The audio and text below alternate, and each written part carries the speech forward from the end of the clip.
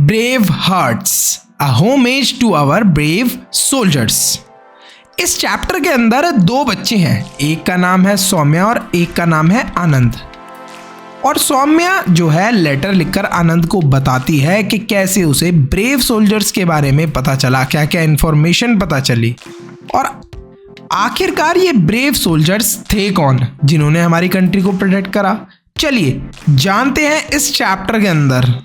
सौम्या के स्कूल की तरफ से एक ट्रिप अरेंज होती है टू दिल्ली और ये जो ट्रिप थी इसके अंदर वो लोग विजिट करते हैं नेशनल वॉर मेमोरियल को। जब Soumya national war memorial visit करती है, she was very touched and inspired. वो बहुत इंस्पायर्ड हो जाती है जब वो नेशनल वॉर मेमोरियल के अंदर की कुछ चीज़ों को देखती है। उसके बाद वो अपने फ्रेंड आनंद को लेटर लिखती है और उसके अंदर अपने पूरे एक्सपीरियंस को डिस्क्राइब करती है। आखिरकार सौम्या जब ट्रिप पर जा रही थी उससे पहले उसके दिमाग में क्या क्या सवाल थे। सबसे पहला सवाल ये था कि आखिरकार वो कौन बहादुर लोग हो सकते हैं, ब्रेव लोग हो सकते हैं जिन्होंने अपनी लाइफ सेक्रीफाइस कर दी इंडिया के लिए, अपनी लाइफ ही कुर्बान कर दी। उनका नाम क्या हो सकता है? आखिरकार वो लोग आते कहाँ से थे? क्या किसी को उनके बारे में अभी भी कुछ पता है या याद है? इस ट्रिप से उसको इन सारे सवालों का जवाब मिल गया। National war memorial new Delhi में इंडिया गेट के नजदीक ही लोकेटेड है। लगभग 40 एकड़ एरिया के अंदर ये बनाया हुआ है, यानी कि बहुत बड़ा एरिया है। ये अप्रैल 2018 में बिल्ड किया गया था और फरवरी 2019 में इसका कंस्ट्रक्शन कंप्लीट हो गया था। किसने इसका इनॉग्रेशन करा था, यानी कि किसने इसको खोला था? प्राइम मिनिस्टर मोदी ने इसका इनॉग्रेशन करा था। आखिरकार नेशनल वॉर मेमोरियल को क्यों बनाया गया? To remember all the brave soldiers who died for India after 1947। Independence के बाद इंडिया के जो भी सोल्जर्स की लाइफ सेक्रीफाइस हुई उनको रिमेंबर करने के लिए, उनको ऑनर करने के लिए। यानी कि यहाँ पर जब भी आप जाओगे तो आपको 29,000 टैबलेट्स यानी कि ब्रिक्स दिखेंगी जिनके ऊपर कुछ नाम लिखे हुए हैं। यहाँ पर मोर देन 26,000 नेम्स आपको देखने को मिलेंगे सोल्जर्स के, जो कि गोल्डन लेटर्स में लिखे हुए हैं। यानी कि वो सोल्जर्स हैं जिन्होंने अपनी लाइफ को सेक्रीफाइस करा इंडिया के लिए आफ्टर 1947। अब आखिरकार इन सोल्जर्स ने अपनी लाइफ को सेक्रीफाइस कब करा? जब वॉर हुआ होगा। तो इंडिया का फर्स्ट वॉर हुआ था चाइना के साथ 1962 के अंदर, तब सोल्जर्स ने अपनी लाइफ को सेक्रीफाइस करा। सेकेंड वॉर हुआ था इंडो पाक वॉर, इंडिया और पाकिस्तान का वॉर 1965 में। फिर इंडो पाक वॉर 1971 के अंदर हुआ था एक बार और कारगिल वॉर हुआ था, आप जानते हो ये भी, अगेन इसमें भी पाकिस्तान ही इन्वॉल्व था 1999 के अंदर। फिर यूएन पीस कीपिंग के अंदर भी बहुत सारे हमारे सोल्जर्स ने लाइफ को सेक्रीफाइस किया है। तो अब ये फिफ्थ वाली क्या चीज़ है? देखो, यूएन के अंदर हमारे सोल्जर्स गए थे हेल्प करने के लिए, तो वहाँ पर भी उन्होंने अपनी लाइफ को सेक्रीफाइस कर दिया, तो उसके बारे में भी हमें बताया हुआ है। जो भी हमारी कंट्री के ब्रेव सोल्जर्स हैं उनको कुछ अवार्ड्स मिलते हैं और उन्हीं अवार्ड्स को हम लोग बोलते हैं गैलेंट्री अवार्ड। अब सबसे पहले नंबर पे जो अवार्ड है वो है परमवीर चक्र। It is the highest award. ये ग्रेटेस्ट जो ब्रेवरी शो करता है वॉर के अंदर उन्हें मिलता है। सिर्फ 21 लोग ही हैं जिनको ये अवार्ड मिला है अभी तक, और मोस्टली ये तब मिलता है जब किसी की डेथ हो जाती है। नेक्स्ट है Mahavir Chakra, it is second highest award. फिर है Vir Chakra, that is third highest award. Kirti Chakra, that is fourth highest award. Fifth is Shaurya Chakra award. अब फर्स्ट परमवीर चक्र किसने जीता था? That was major Somnath Sharma. इनको फर्स्ट परमवीर चक्र मिला था। He died in the battle of Badgam in 1947। अब आप सोचोगे कि इनको अवार्ड आखिरकार फिर मिला कैसे? ऑब्वियसली इनकी फैमिली पे किसी ना किसी ने रिसीव करा होगा इस अवार्ड को इनके बिहाफ पर। अब हम जानेंगे कुछ ब्रेव सोल्जर्स की स्टोरी के बारे में। सबसे पहले हैं lens Nayak.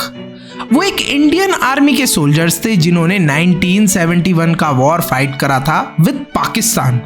He was in 14 guards regiment. देखो, अलग अलग रेजिमेंट होती है, ग्रुप्स टाइप होते हैं सोल्जर्स के, तो इसी टाइप से वो एक रेजिमेंट में थे, उसका नाम था 14 गार्ड्स रेजिमेंट। वो गंगा सागर नाम की जगह पर वॉर लड़ रहे थे। अब उन्होंने आखिरकार किया क्या, जिसकी हमें काफ़ी ज़्यादा तारीफ करनी पड़ रही है। उन्होंने देखा कि एक एनिमी है जो पाकिस्तान की साइड के, वो मशीन गन का इस्तेमाल कर रहा है। मशीन गन कैसी होती है, देखो इस टाइप की होती है मशीन गन। मशीन गन की खास बात पता है क्या होती है, इसमें इतनी सारी गोली होती है कि चलती रहती है, दर दर दर दर दर दर दर दर दर दर, जो सामने है वो वाला सब बंदे गए काम से। तो उन्होंने देखा कि एक जो मशीन गन है उसकी वजह से बहुत सारे जो इंडियन सोल्जर्स हैं वो हार्म हो रहे हैं। इन्होंने क्या सोचा कि इस मशीन गन को कैसे भी करके रोका जाए। तो उसको रोकने के लिए ये एनिमी के बंकर की तरफ गए, उस पर हमला करने के लिए। 2 एनिमी सोल्जर्स को इन्होंने मार दिया with the help of his knife and gun. जो गन होती है ना उस पर नाइफ होता है बैक साइड में, उसी से इन्होंने मार दिया। सोचो, गन का इस्तेमाल भी नहीं करा, बस नाइफ से ही मार दिया। मशीन गन को रोका और बहुत ज़्यादा ये इस समय तक इंजर्ड हो गए थे। अब इन्होंने जो सेकंड ब्रेव एक्ट था वो क्या करा, इन्होंने देखा कि एक और मशीन गन चल रही है। इन्होंने सोचा कि जैसे तैसे करके इस दूसरी वाली मशीन गन को भी रोक देता हूं तो बहुत ही कम डैमेज होगा इंडियन आर्मी को। क्रॉल करते हुए यानी कि घिसटते हुए ये गए, इंजर्ड होने के बावजूद भी। अब सोचो, इन्होंने अभी अभी 2 एनिमी सोल्जर्स को मारा था, तो वो शांत तो बैठे नहीं होंगे, उन्होंने भी हमला करा होगा। और ओनली विद नाइफ, गन के पीछे जो नाइफ होता है उसी से मार दिया था एनिमी सोल्जर्स को। बड़ी मुश्किल से क्रॉल करते हुए गए और इन्होंने देखा जो सेकंड जहां गए हैं मशीन गन है, वहां इन्होंने देखा कि आसपास एक छोटा सा छेद है, उसी से होल से इन्होंने क्या डाला, ग्रेनेड डाल दिया। ग्रेनेड डालने की वजह से एक एनिमी मर गया था और दूसरा वाला एनिमी इंजर्ड हो गया था। अब इन्होंने देखा कि मशीन गन अभी भी नहीं रुकी है, तो इन्होंने वॉल को क्लाइंब करा, बंकर के अंदर घुस गए और जो एनिमी उस मशीन गन को चला रहा था उसे मार दिया। मशीन गन को कंप्लीटली रोक दिया और बहुत सारे इंडियन आर्मी के सोल्जर्स की जान बचा ली। इनके साथ हुआ क्या, ये बहुत सीरियसली इंजर्ड हो गए थे। जब एनिमी पोजीशन को कैप्चर कर लिया था, यानी कि जिस जगह से एनिमी हम इंडियंस पे हमला कर रहे थे, इंडियन आर्मी पे हमला कर रहे थे, जब हमने उस जगह को कैप्चर कर लिया उसके बाद इनकी डेथ हो गई। He got परमवीर चक्र आफ्टर हिज डेथ। उनकी क्वालिटी क्या थी भाई, हार ही नहीं मान रहे थे, रुक ही नहीं रहे थे, इतनी इंजरी के बाद भी लगे पड़े थे। एनिमीज को तो मतलब अच्छा वाला सबक सिखा दिया था। अमेजिंग करेज था, गिव अप ही नहीं करा उन्होंने और अपने दोस्तों को बचाने के लिए सोचा।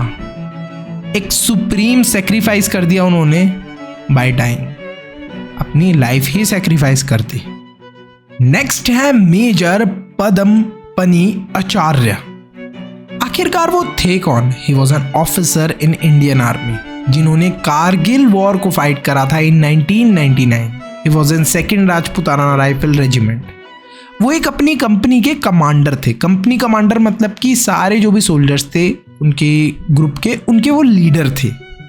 उनको एक बहुत ही डिफिकल्ट टास्क मिलता है, उनको एनिमी की पोजीशन कैप्चर करनी थी, यानी कि जो दुश्मन थे उनकी पोजीशन को कैप्चर करना था। और ये दुश्मन थे कहाँ पर? माउंटेन की साइड में थे।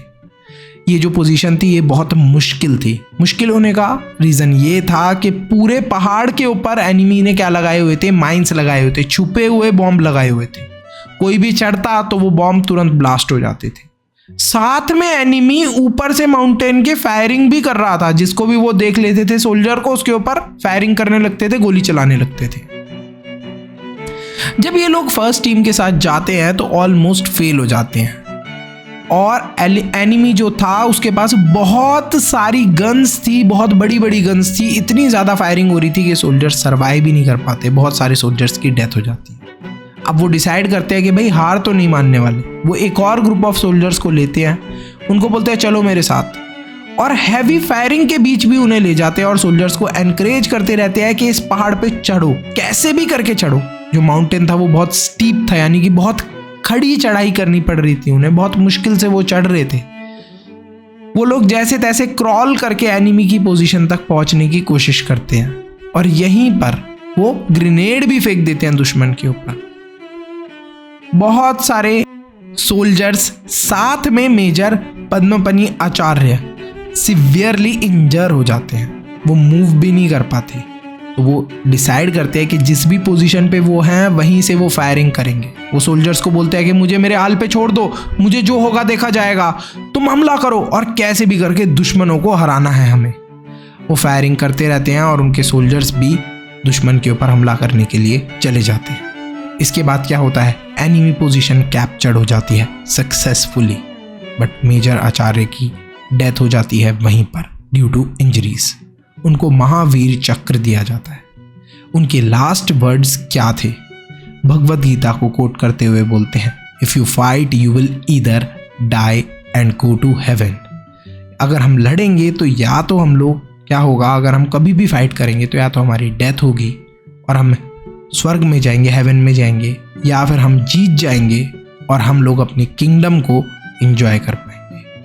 तो वो ये बोलते हैं कि we should be determined to fight, हमें कभी भी हार नहीं माननी चाहिए। उनकी क्या क्वालिटी थी भाई, एक्सेप्शनल करेज था, हिम्मत बहुत थी, ग्रेट लीडरशिप थी। अपने सोल्जर्स को वो समझाते रहे, जब एनिमी फायरिंग करे जा रहे थे फिर भी सोल्जर्स को समझाते रहे कि चलो चलो हमें हमला करना है, हमें रुकना नहीं है। अपनी लाइफ को भी उन्होंने सेक्रीफाइस कर दिया। अपने आप को उन्होंने पहले नहीं रखा बल्कि मिशन को पहले रखा। ऐसे ही बहुत सारे अदर ब्रेव सोल्जर्स के बारे में भी स्टोरीज मेंशन है, जैसे captain Mahendra Nath, flying officer Nirmaljit Singh, second lieutenant Arun Khetarpal, major Hoshiar Singh. ये भी अदर ब्रेव सोल्जर्स हैं जिनकी ये कहानियां हमें बताई गई हैं। अमर जवान ज्योति। अमर जवान ज्योति क्या है? एक ऐसा फ्लेम है, यानी कि एक ऐसी आग है जो कभी भी बुझती नहीं है। 24 घंटे एक दिन के अंदर जलती रहती है ये आग, 365 दिन जलती रहती है। और ये रिप्रेजेंट करती है किसको? हमारे सोल्जर्स को, चाहे वो जिंदा हो या ना हो, पर वो हमेशा हमारे दिल के अंदर जिंदा रहेंगे।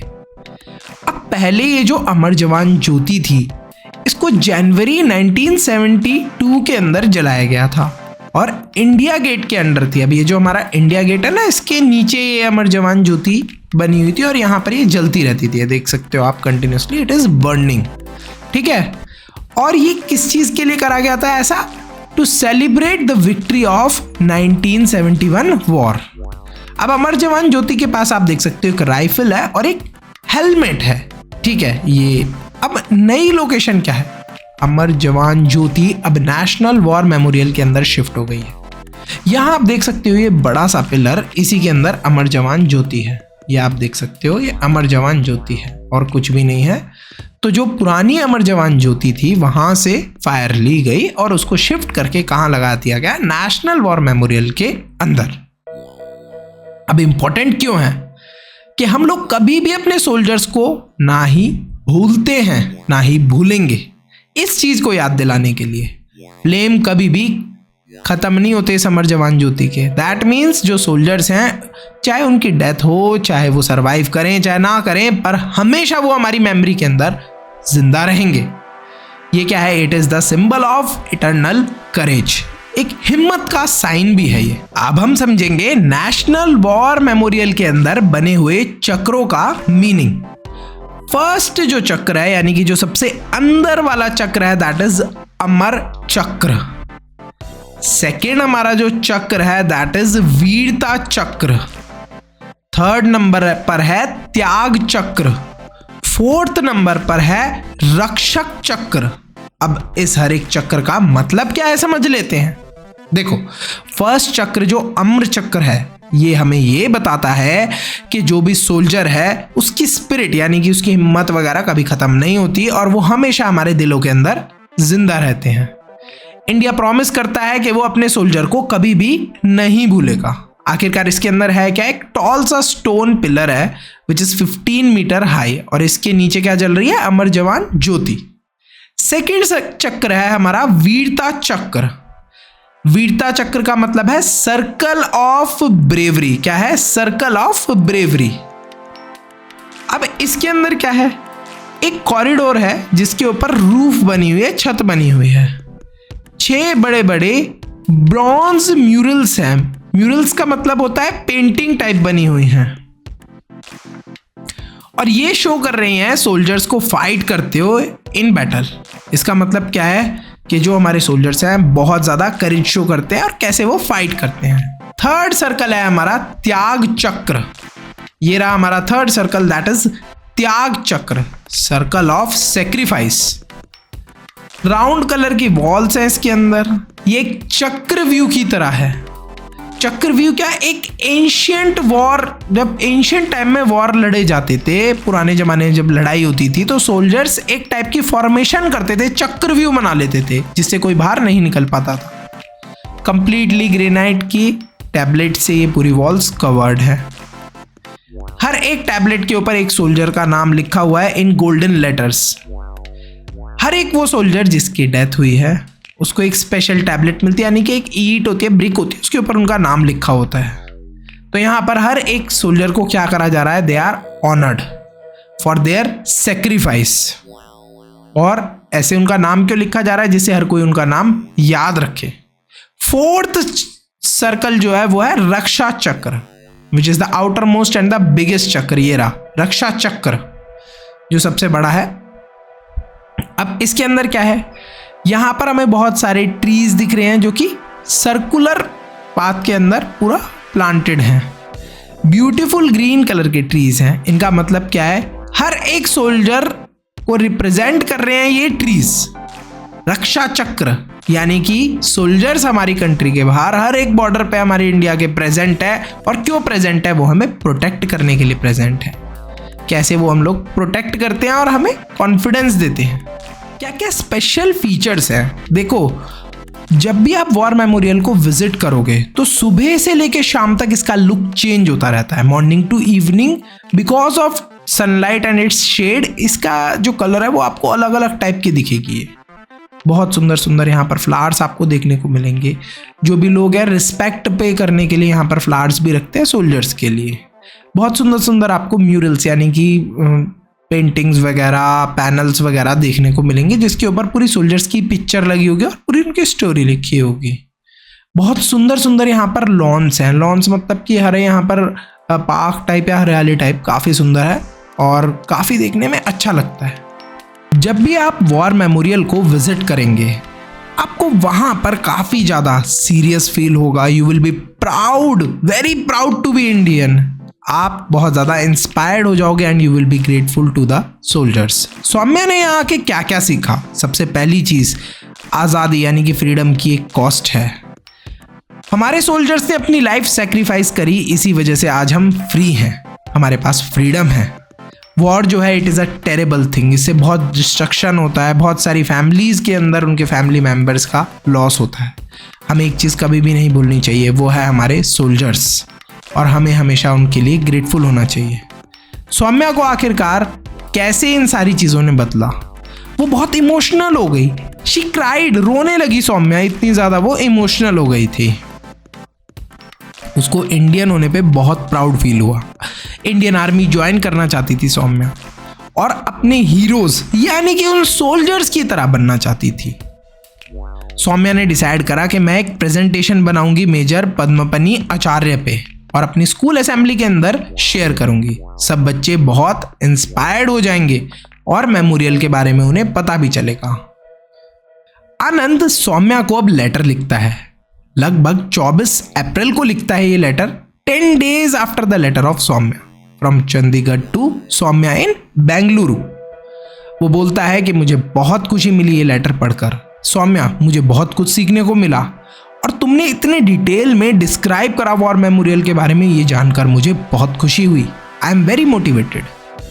आनंद का मानना ये था कि हमें बड़े बड़े स्टैचूज बनाने से, बिल्डिंग्स बनाने से कुछ भी नहीं होगा, बल्कि हमें क्या करना चाहिए, हमारे सोल्जर्स की हमेशा अपने दिल में रिस्पेक्ट रखनी चाहिए। और अगर ऐसी कोई बिल्डिंग या कोई ऐसा स्टैचू बना हुआ है तो रेगुलरली हमें ऐसी जगह पर विजिट करना चाहिए। क्यों करना चाहिए? So that we can remember our soldiers who sacrifice their life और उनकी रिस्पेक्ट कर सके। अब ऐसा ही एक वॉर मेमोरियल चंडीगढ़ के अंदर भी है। आनंद विजिट करता है बोगनविली गार्डन इन सेक्टर 3 चंडीगढ़। वहां पर भी उसको क्या देखने को मिलता है, बहुत सारे लोग इकट्ठे हो रखे हैं और वो लोग अपनी जो प्रेयर्स वगैरह हैं वो कह रहे हैं और साथ में फ्लावर्स ऑफर कर रहे हैं टू द सोल्जर्स। वो जो वॉर मेमोरियल बनी हुई थी वहां पर, it was in the middle of the garden. सब लोग वहां पर सोल्जर्स को रिस्पेक्ट पे कर रहे थे। तभी आनंद को एक ब्यूटीफुल सी पोम याद आती है, पुष्प की अभिलाषा। अब इस पोम के अंदर क्या बताया हुआ था? देखो, फ्लावर बोलते हैं कि भाई हम किसी ब्यूटीफुल लड़की के बालों में नहीं जाना चाहते, ना ही हम किसी की जो शादी की मालाएं होती हैं उनके अंदर लगना चाहते हैं, ना ही हम किसी किंग की डेड बॉडी की तरफ जाना चाहते हैं, यानी कि किसी की किंग वगैरह कोई मर गया उसकी डेड बॉडी पे लग के आ रहे लोग फ्लावर, वो भी नहीं चाहते। और फ्लावर बोलते हैं ना ही हम ये चाहते हैं कि हमें भगवान के पास चढ़ाया जाए, बल्कि हम तो ये चाहते हैं गार्डनर तुम हमें तोड़ो और जहां से वो ब्रेव सोल्जर्स गुजर रहे हों अपने देश के लिए, अपनी जान को सेक्रीफाइस करने के लिए, वहां हमें डाल दो, उनके पैरों में डाल दो। तो यहां से आप समझ सकते हो कि क्या ये पोम हमें मैसेज देना चाहती है कि भाई सोल्जर्स का जो सेक्रीफाइस होता है या जो सोल्जर्स होते हैं वो सबसे सुप्रीम होते हैं। कैप्टन अनुज नैयर, महावीर चक्र, इंडियन आर्मी के एक ऑफिसर थे जिन्होंने कारगिल वॉर के अंदर फाइट करी थी इन 1997। ग्रेट बेवरी शो करी थी उन्होंने।